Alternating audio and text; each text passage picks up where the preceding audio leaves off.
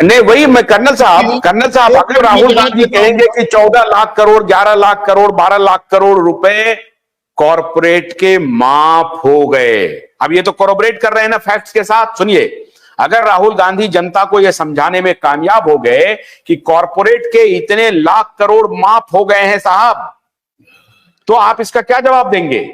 ये बताइए ना, इसका कोई जवाब है? ये वही कहेंगे ना कि भाई उनका पैसा वो देखिए, हम आप बैंक में जमा करते हैं छोटा छोटा पैसा, बैंक आपको जो पैसा देती है लोन में उसके लिए तो परेशान हो जाती है, और इनको जो पैसा देती है वो लूट करके चले जाते हैं और वो भाग में। भाई अभी मालिया साहब को पकड़ ही नहीं पा रहे हैं अभी तक, और उनको उबारने के लिए फिर दूसरा कंस्ट्रक्ट करके फिर दूसरा लोन भी दे रहे हैं। अजीब स्थिति है। मैं ये कह रहा हूं कि मैं व्यापारी बिजनेसमैन के खिलाफ नहीं हूं, लेकिन अगर राहुल गांधी इस नैरेटिव को पब्लिक के बीच में डाल रहे हैं तो मैं ये कह रहा हूं कि राहुल गांधी इस नैरेटिव में कामयाब हो गए हैं, क्योंकि मोदी 2 दिन से लगातार बोल रहे हैं कि आपका संपत्ति लेकर के दे देगा।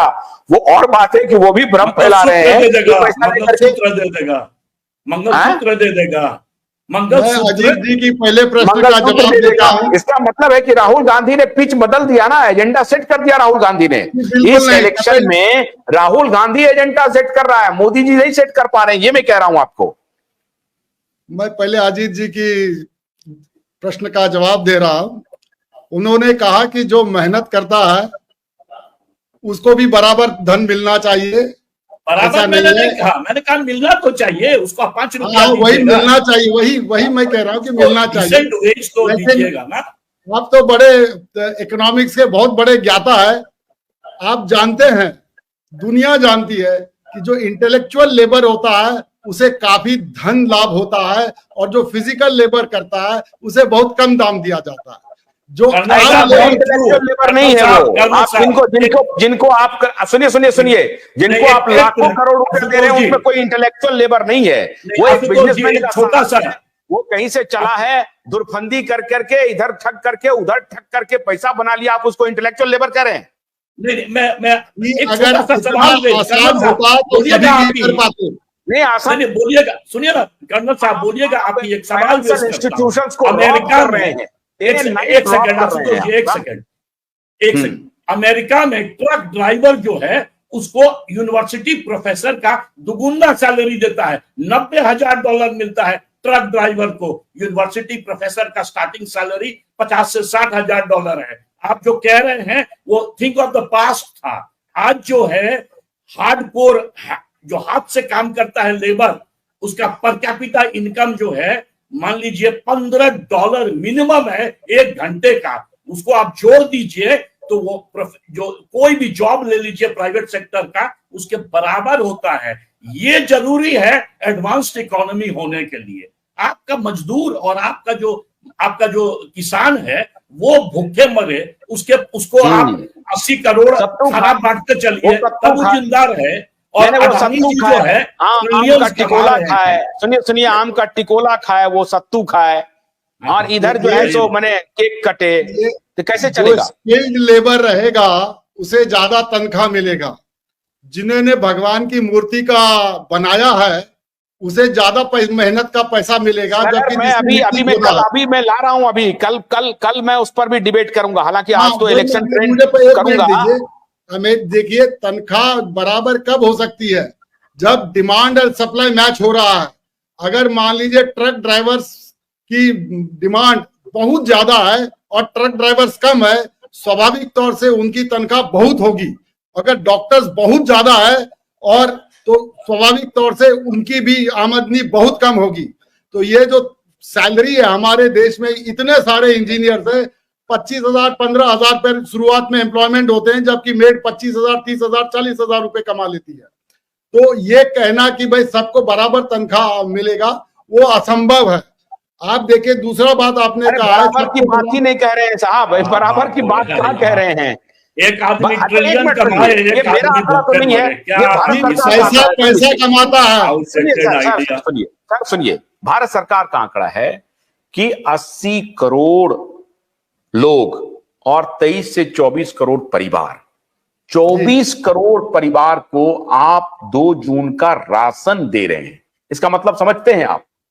आप खुद इसका कह रहे हैं, मतलब मैंने ये है कि वो दो मतलब जून का समझिए, राशन कमा नहीं पा रहे, तभी सरकार मजबूर है जिसको उनको देने के इंटेलेक्चुअल लिए। कह रहे हैं, अरे आज सर कर्नल साहब, जिसको आप इंटेलेक्चुअल प्रॉपर्टी कह रहे हैं, मैं उसका एक उदाहरण दे रहा हूं आपको, क्या बर्गलरी चल रही है। बीएसएनएल के 86,000 टावर्स हैं और उसका यूज कौन कर रहा है, आप तहकीकात कीजिए जाकर के, अभी आपको पता चल जाएगा। मैं आपको इसका जवाब पब्लिक दे रहा हूं। प्रॉपर्टी को, आप सुनिए, मैं आपको पब्लिक प्रॉपर्टी को प्रॉक्सिमिटी के तहत आप प्रॉक्सी किसी को यूज करने के लिए दे दें और फिर कहें कि आपका इंटेलेक्चुअल इनसाइट है, दिस इज नॉट। आप समझिए बात को। भारत में जो ट्रेडर है और भारत के जो मैन्युफैक्चरर हैं, उसके ऊपर बहुत सीरियस सवाल है, बहुत सीरियस सवाल है। इसने फाइनेंशियल इंस्टीट्यूशंस को, इसने ब्यूरोक्रेटिक इंस्टीट्यूशंस को और इवन कोर्ट सबको मिला करके एक रैकेट, एक कार्टेल चल रहा है और वो पूरा वेल्थ का कंसोलिडेशन। मैं तो यही हैरान हूं कि कांग्रेस पार्टी अपने आप को डिस्टेंस क्यों कर रही है राहुल गांधी के इस क्रांतिकारी बयान से। कांग्रेस पार्टी को तो राहुल गांधी के साथ खड़ा होना चाहिए और कहना चाहिए कि हां, बिल्कुल अमीरों का जो पैसा है, डिसप्रोपोर्शनेट मनी, डिसप्रोपोर्शनेट वेल्थ जो उनके पास है, उनसे खींचा जाए। अच्छा एक बात बताइए, बर्थडे पर आप जो है सो 250 करोड़ का गिफ्ट करेंगे प्लेन, कोई सवाल नहीं पूछेगा आपको किसका पैसा है।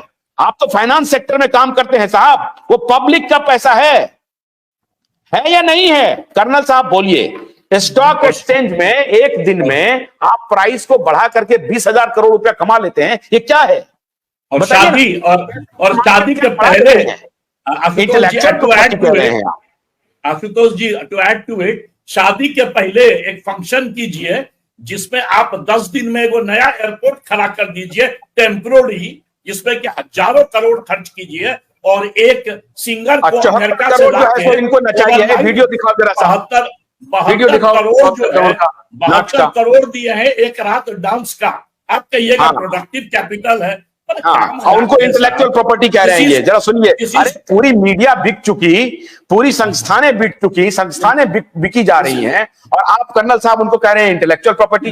अच्छा एक और बात है, वेल्थ क्रिएटर, अभी इनको देखिए, इनको कोई कांग्रेस का जो स्पोक्स पर्सन था अजीत जी, गौरव वल्लभ, अभी जब उस तरफ गया पलट करके अभी भाजपा में चले गए, तो पहला लाइन बोले कि मैं सनातन को गाली नहीं दे सकता हूं, ऑल वेल्थ क्रिएटर को गाली नहीं दे सकता हूं। अरे भाई, सनातन को गाली तो ठीक है नहीं दे सकते हैं, वेल्थ क्रिएटर तो आज भी जो है सो संदेह के घेरे में है। बिल्कुल, ये वेल्थ क्रिएटर नहीं हो रहा है, कंसोलिडेशन ऑफ वेल्थ हो रहा है, कंसोलिडेशन ऑफ वेल्थ हो रहा है साहब। आप 1000 वेल्थ क्रिएटर खड़ा कीजिए, 1 लाख वेल्थ क्रिएटर खड़ा कीजिए, कंसोलिडेशन ऑफ वेल्थ कैसे होगा? आप कहेंगे क्या मैं तो जो सरकारी टेंडर होता है उसकी सारी प्रक्रिया को अपनाता हूं और फिर उसमें कंपीट करता हूं। कंपीट करेंगे ही करेंगे, मोनोपोलिस्टिक टेंडर फ्लोट हो रहे हैं तो कंपीट करेंगे ही करेंगे। फिर इसको मुअम्मा चढ़ा करके आप इंटेलेक्चुअल प्रॉपर्टी कह देंगे। और सारा लिंक्स आशुतोष जी अमेरिकन फाइनेंस कैपिटल से, सब मोनोपोली हाउस वहां का जितना है, गूगल हो या जो हो, जिसका नाम लीजिए आप। भोलानाथ के 2-in-1 बैटरी ऑपरेटेड हार्वेस्टर कम ब्रश कटर के साथ ट्रॉली अतिरिक्त लागत पर उपलब्ध है।